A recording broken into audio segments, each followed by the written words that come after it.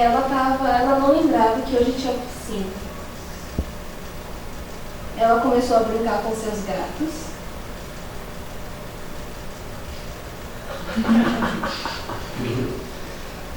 Mas os gatos de Marilene não gostam muito dela.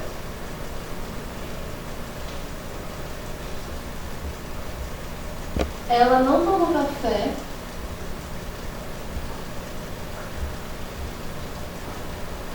Quando percebeu que estava atrasada, saiu correndo.